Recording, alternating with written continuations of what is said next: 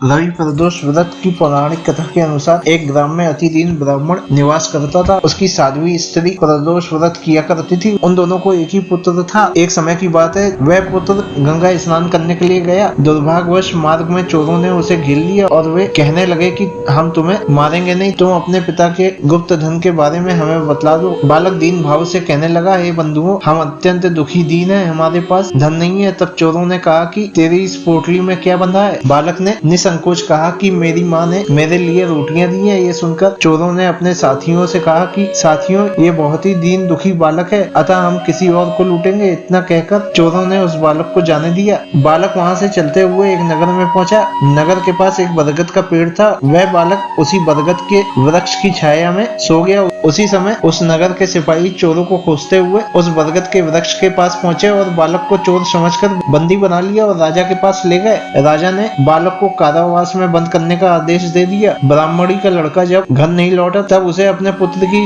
बड़ी चिंता हुई। अगले दिन प्रदोष व्रत था। ब्राह्मणी ने प्रदोष व्रत किया और भगवान शिव से मनी मन अपने पुत्र की कुशलता की प्रार्थना करने लगी। भगवान शिव ने उस ब्राह्मणी की प्रार्थना स्वीकार कर ली। उसी रात भोलेनाथ ने उस राजा को स्वप्न में आदेश दिया कि वह बालक चोर नहीं है, अतः उसे प्रातःकाल छोड़ दो, अन्यथा तुम्हारा सारा राजपाट धन वैभव नष्ट हो जाएगा। प्रातःकाल राजा ने शिव जी की आज्ञा के अनुसार उस बालक को कारावास से मुक्त कर दिया। बालक ने अपनी सारी कहानी राजा को सुनाई। सारा वृतांत सुनकर राजा ने अपने सिपाहियों को उस बालक के घर भेज दिया और उसके माता पिता को राज दरबार में बुलाया। उसके माता पिता बहुत ही भयभीत थे। राजा ने उन्हें भयभीत देखकर कहा कि आप भयभीत ना हो, आपका बालक निर्दोष है। राजा ने ब्राह्मण को 5 गांव दान में दिए जिससे वे सुखपूर्वक अपना जीवन व्यतीत कर सकें। इस तरह ब्राह्मण आनंद से रहने लगा। अतः शिव जी की दया से ब्राह्मण की दरिद्रता दूर हो गई और जो भी मनुष्य रवि प्रदोष व्रत को करता है वह सुखपूर्वक और निरोगी होकर अपना पूर्ण जीवन व्यतीत करता है।